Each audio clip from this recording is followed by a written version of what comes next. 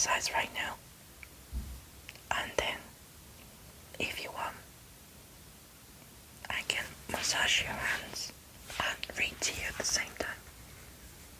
How about that? Well, there's option number 6, obviously. Option number 6 is you sitting down, you relax.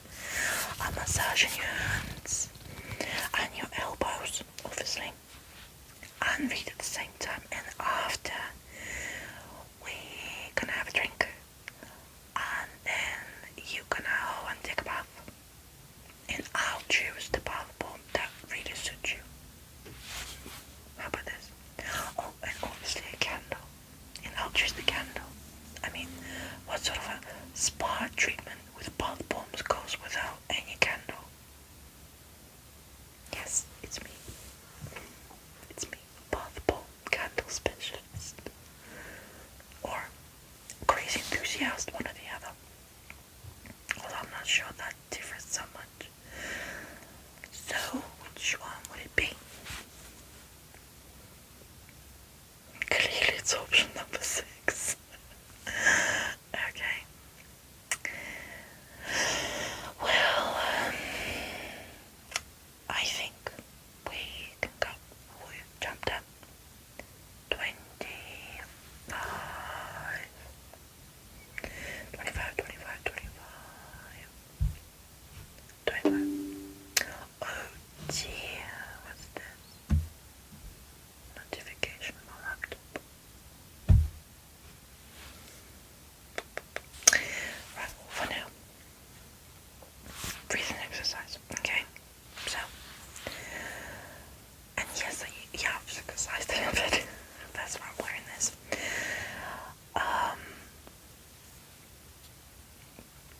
At some point, I think when you in a situation, you just received the news that someone's been gossiping, or I don't know, you just have sort of an anxiety attack, or you just feel like you're gonna explode with anger, with sense of injustice, and ready to cry. My advice, and by the way, it's also really good for people who do exercise and they run, they can't catch their breath. I mean, they run out of breath really fast. Do this. So, first you inhale for 2 seconds, and then you exhale for 4.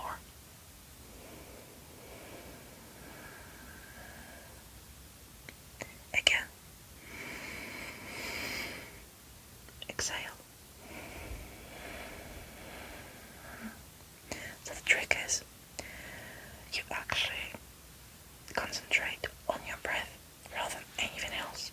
So I guess it's also the whole basic principle of meditation. So in a way, when you're trying to catch your breath, when you exercise, when you're trying to fight anxiety, obviously if it's not really severe,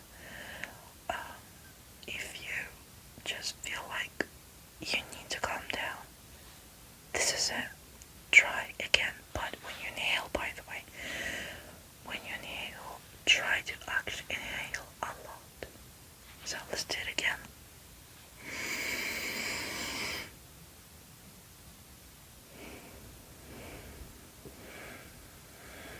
Let's do it again.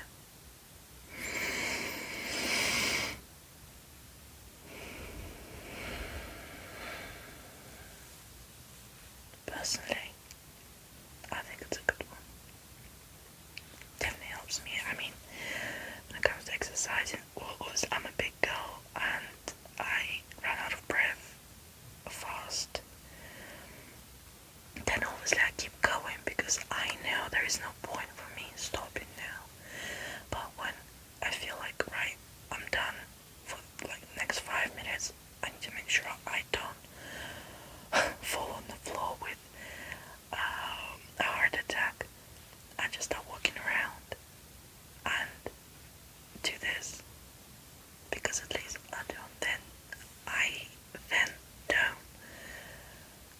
breathe like a crazy person. You know, breathing exercises. I mean, this is an incredible thing. Now, give me your hands and roll up your sleeve. Come on, roll up your sleeve. Both of them, of course.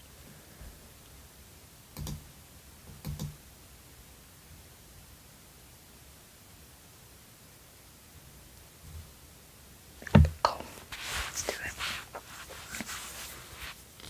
Come.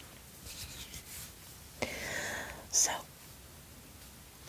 Marie did her best not to seem afraid as Deputy Miles came walking toward her. She gave a weary smile, which he returned, but there was still a hint of suspicion in his gaze as he looked her over, checking.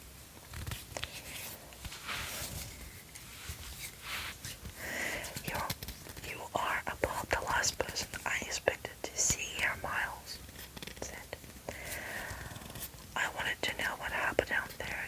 It's been occupying my mind ever since it happened. That's what Marie said. Well, that makes sense, I guess. Has it been weird at B&B?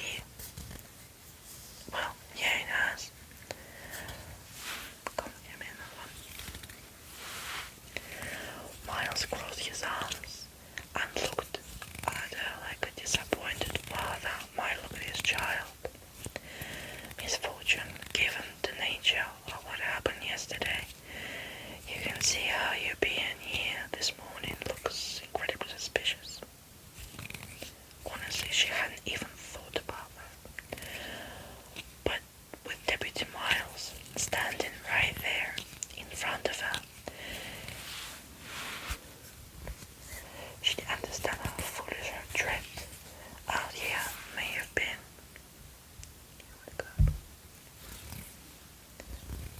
Yes, I guess it does seem rather suspicious. I just figured if I'm being seen as a potential suspect to an actual murder, I should do as much digging as I can to clear my name. Miles says, or as us, cops, might see it covering your tracks. Besides, down at the station, this sort of kind of thing we do. Solve crimes and things like that.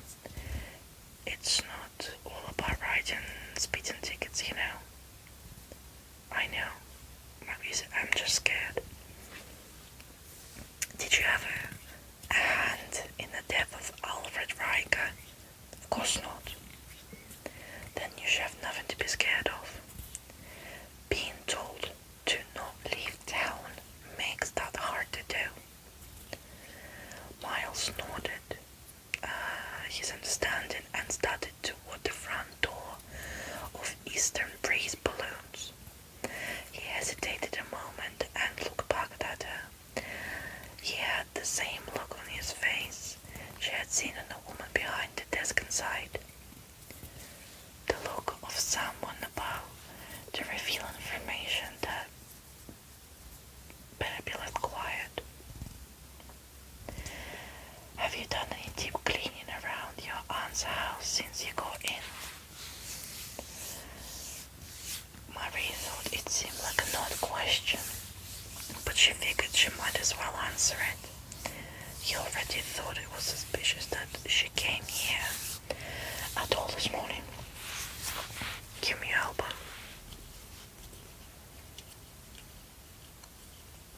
Does it hurt? And like this. And like this. Okay.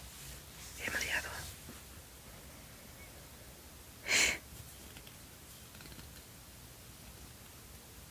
And like this. And like this.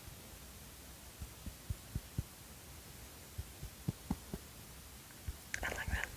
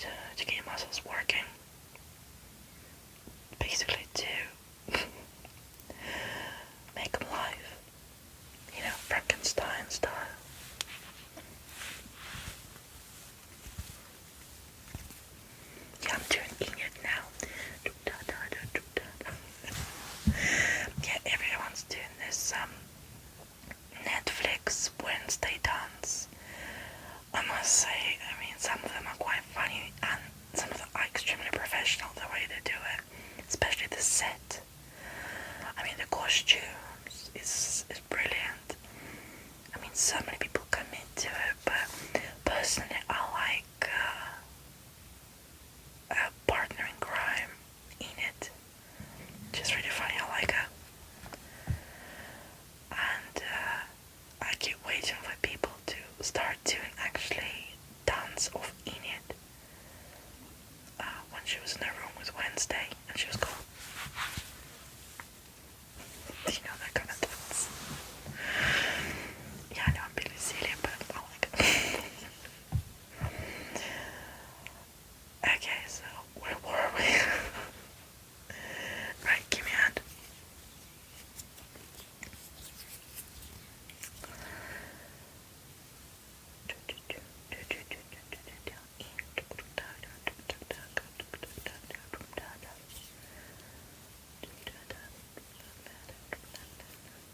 Okay, I can find where we were, right?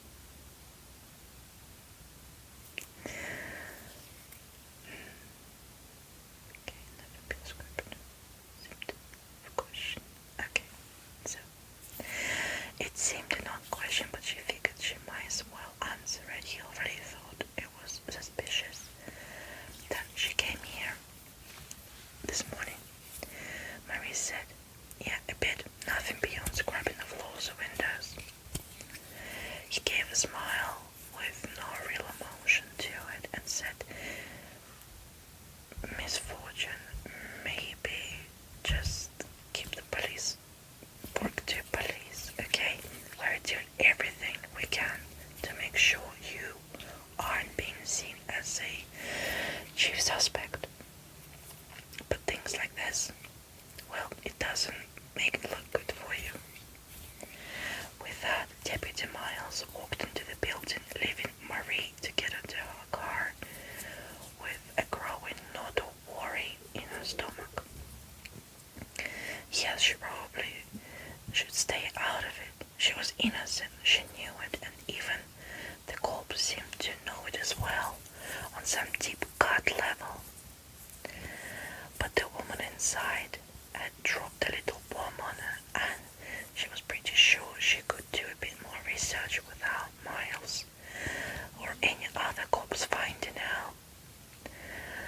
Maybe this time, though, she'd be a little more subtle about it. Yeah, good idea. When she got back to the house, which she was trying to think of as an B&B rather than the house, it was just shy of 10 in the morning. She had hoped to find Brendan so she could talk to him and ask him some questions about Rika. But as it turned out, there was no time for that. The moment she stepped in the door, Benjamin came rushing over to her. He was sweating and looked slightly terrified. Misfortune, how have you been? She didn't feel like going through it with him. She also did not want to confront the fact that in the wake of being called a suspect in murder, she'd become quite the lackluster business owner. She couldn't even remember why Benjamin might be there, but he was quick to let her know before she could even come up with an excuse for not being there. He started speaking. His speech was fast and thick with a Spanish accent, which she only sort of understood.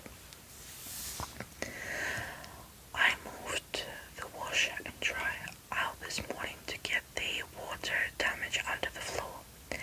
I pried up some of the boards and stirred up a yellow jacket nest from under the house.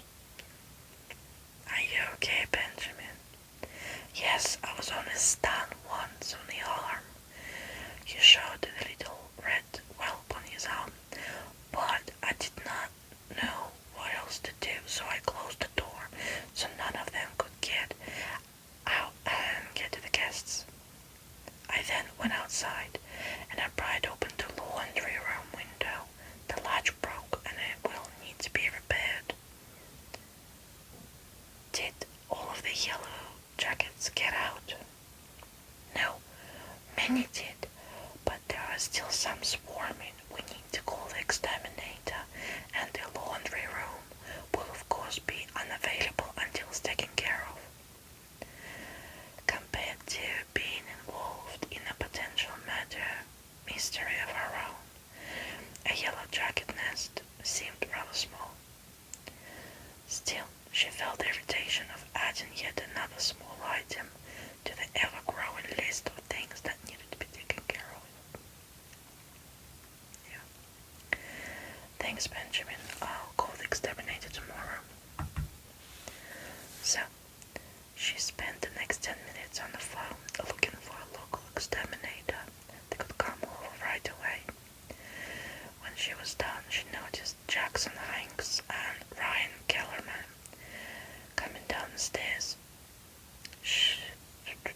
They looked tired and a little irritated. I'll tell you what, right now, I am gonna not whisper. I'm just gonna be quiet and just do it out loud. I hope you don't mind. Kellerman asked, "Heard anything from the cops?" Marie said, "No." She figured it was none of their business, that she had indeed run into Deputy Miles. And they certainly didn't need to know about the odd question Miles had asked her about the depth of cleaning she had done to the house. It was a question that still kind of puzzled her. "Well," Hank said, "if they come looking for us, let them know we are out fishing. We're being good boys and staying in town. We will be on the Pine Street Pier."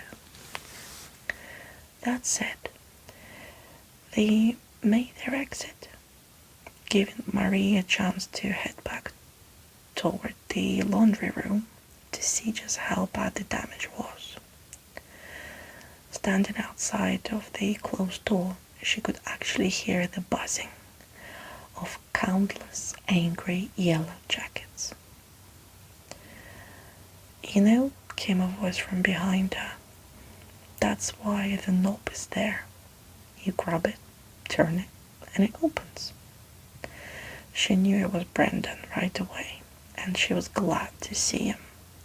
It was a peculiar feeling because based on everything she knew about Riker's death, all signs seemed to point to Brendan.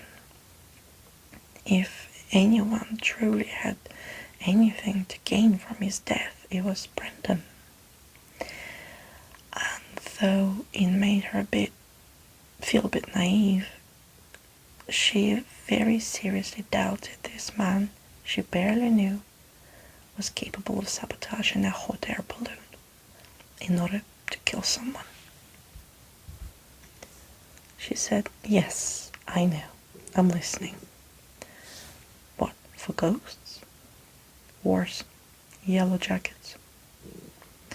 She quickly told him about Benjamin's unfortunate discovery. She found it hilarious that the more she told him, the more he backed away from the door. I would too.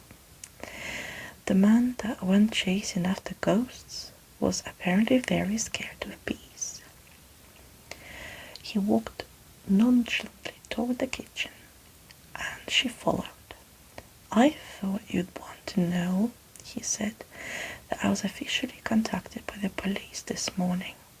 Sheriff Jenkins called me about 30 minutes ago, asking that I stay in town for at least another day or two. So I was wondering if I could keep the room for another night." "Yes, after our conversation last night, I went ahead and booked you in. Which is great because I was hoping to ask you some questions about Alfred Riker."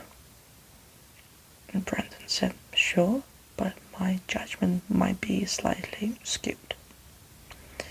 "That's okay. So, I found out this morning that this was not his first time in this area. He's apparently been here before. Well, here in Port Bliss. I don't know. If not Port Bliss, then certainly the immediate area. I am wondering if it was for more balloon-related things, or if he was trying to debunk someone else. I was wondering if you might know. Brendan said, I have no idea, but I can imagine it would be very hard to find out if he has debunked paranormal claims in the area sometime in the past.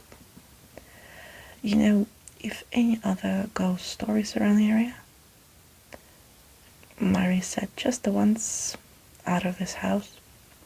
Well, and Borgie Lighthouse now. Brendan pulled out his phone and started typing and scrolling.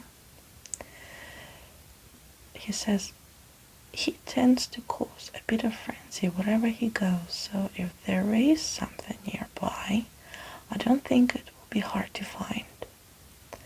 She looked over his shoulder as he went hunting for the information. She had done research on B&B and inns within the surrounding area when she really started digging into B&B Dream. She knew there weren't many places a man as particular as Alfred Riker would have stayed. Brendan said, boom! I think this must be what we're looking for. The headline was from an article published 5 years prior. It was titled, Sourpuss Debunks Local Ghost Stories. And sure enough, there was a picture of Riker beneath the headline. Although Marie was standing right by Brendan's shoulder, he read it out loud. Ex-Hollywood effects specialist Alfred Riker paid a visit to the Seahorse Inn this past weekend to rain on the parade of everyone who loves a good ghost story. The Seahorse Inn, which hosts hayrides and costume contests every Halloween, has always stood by the many ghost stories surrounding the property. A local Boy Scout troops have even had so-called lock-ins around Halloween to add to the spoof factor. Using footage people have filmed at the property to support the claims of ghosts and other paranormal phenomena, Riker was able to debunk all of the stories with simple scientific... Mary said, that's enough. Says here, Seahorse Inn is in Kennebunkport. Can't pronounce it. Yeah, and it... Wait, Seahorse Inn. Why does that sound familiar? But even as the words came out of her mouth, she knew. She tried to tell herself it meant nothing, but the uneasy knot of worry was back in her stomach, tightening and making it a little hard to breathe. Brendan said, Marie, are you okay? What is it? Seahorse Inn is where Posey used to work. And as we remember, Posey is the lady who works in the kitchen. So here you go. That's chapter 25 done. So, hands massage is done. Your elbow massage is done. Breathing exercise is done. What's left? That's right. That's right. Drinks. What would you like? I've got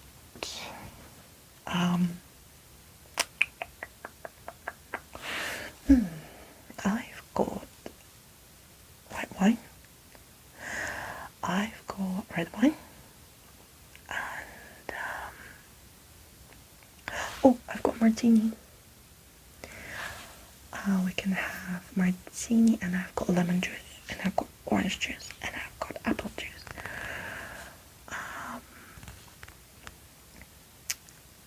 I've got gin tea, and I've got Spanish liquor, Prosecco. I'm not sure you should have Prosecco. I mean, yeah, I know it's supposed to be a girly drink, but come on. We need to relax. Whiskey, it's not Saturday night. It's not even Friday night yet. It's only what? It's only Monday. Is it Monday? It is Monday, isn't it? So, come on, let's head downstairs and decide what we're gonna relax ourselves with. Then we're gonna bring the glasses up and choose the smellies. Okay? And by the way, you need to turn your phone off because there is no relaxation with phones on. Always going to be someone texting or calling, or there will be news, or you'll be just scrolling. No phones. That's it. Complete spa relaxation for brain, soul, and body. Oh, the brain is part of the body. Okay. Right, thank you guys for watching the play, the make-believe play. Please like, comment and subscribe if you liked it. If you don't like it, just comment. Anyway, love you all guys. Bye.